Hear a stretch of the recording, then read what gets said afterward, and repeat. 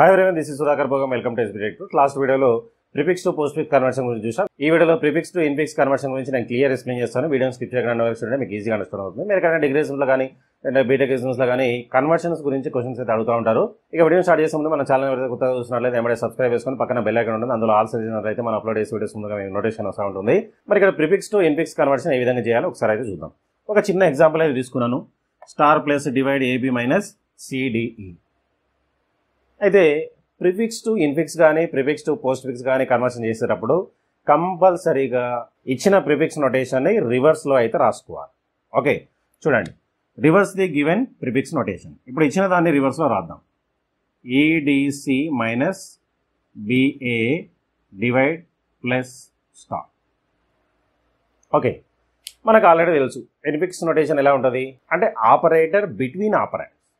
Okay, so దానికి సంబంధించిన ఒక చిన్న ఫార్ములా అయితే నేను ఇక్కడ డిజైన్ చేస్తాను.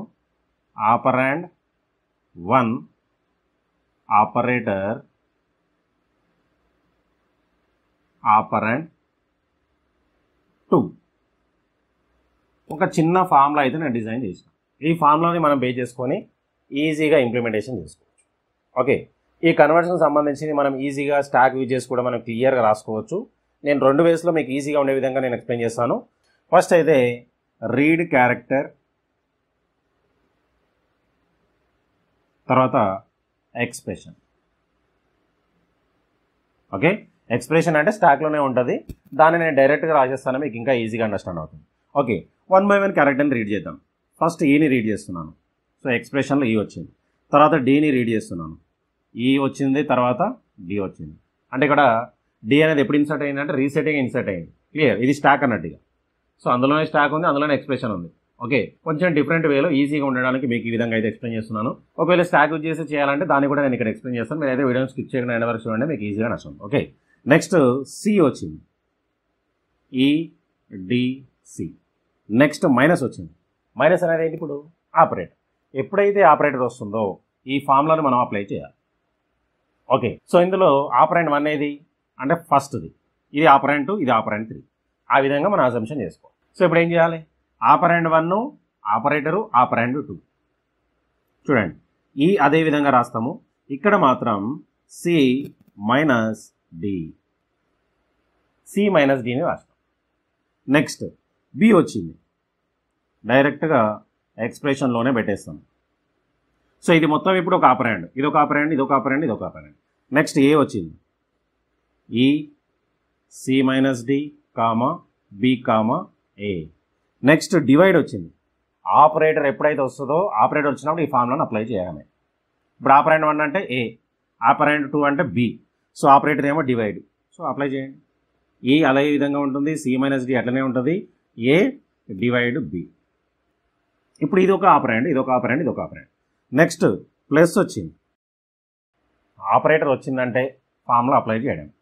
ఇందులో ఇప్పుడు ఇది ఆపరెంట్ 1, ఇది ఆపరెంట్ 2, ఈ రెండింటికి ప్లస్ని అప్లై చేయాలి. సో ఈ A by B plus C minus D, ఇది మొత్తం ఒక ఆపరెంట్ ఇప్పుడు. ఓకే, నెక్స్ట్ ఫైనల్లీ మల్టిప్లై వచ్చింది. Operand 1 operand 2 multiply. చూడండి, A by B plus C minus D multiply E. ఇంకేమైనా ఉన్నాయా? కంప్లీటెడ్. సో ఇదే నీకు వచ్చే అవుట్పుట్. ఓకే, ఈ ప్రిఫిక్స్ నోటేషన్కి ఈక్వివాలెంట్ ఇన్ఫిక్స్ నోటేషన్ ఇది. అదే మనం స్టాక్ యూజ్ చేసి ఎట్లా రాస్తాం? సింపుల్, స్టాక్ టాప్ అని చెప్పేసి ఒకటి ఎక్స్ట్రాగా తీసుకుంటాం. ఇక్కడ స్టాక్ టాప్లో ఫస్ట్ ఈ వస్తుంది, తర్వాత ఇక్కడ ఏం చేస్తాము, ఒక డయాగ్రమాటికల్గా ఈ తీసుకుంటాం.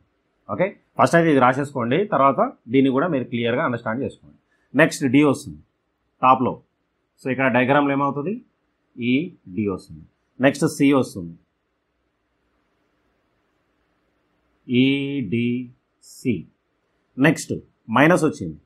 ఎప్పుడైతే మైనస్ వస్తుందో రీసెంట్గా ఇన్సర్ట్ అయిన 2 ఆపరెంట్స్ రిమూవ్ చేసి మైనస్ని అప్లై చేయడమే.